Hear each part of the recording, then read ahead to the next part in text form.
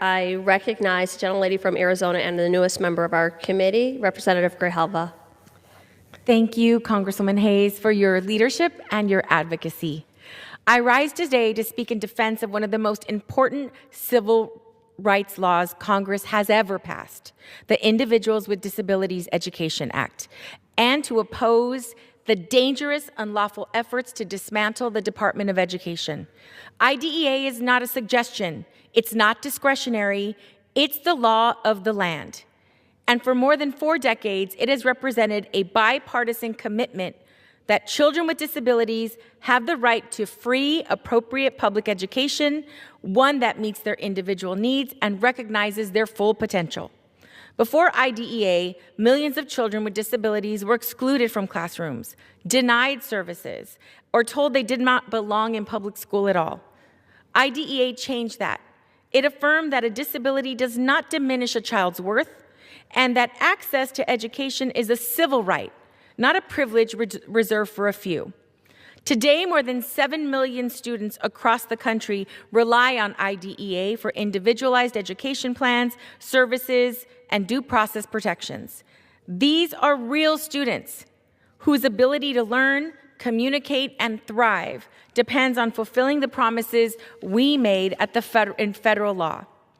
Those promises are enforced, overseen, and protected by the Department of Education.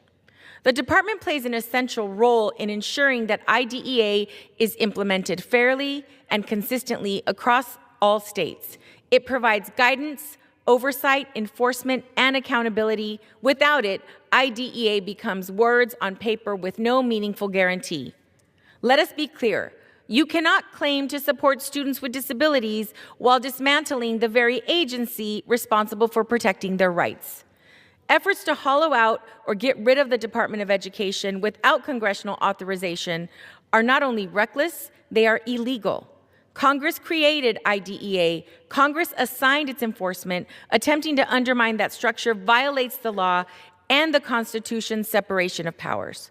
Without federal oversight, enforcement of IDEA will vary widely from state to state. A child's access to services will depend on their zip code. Families will face confusion, delays, and costly legal battles just to secure what the law already guarantees their children. States and school districts will be left without clear guidance or support, increasing litigation and diverting resources away from classrooms.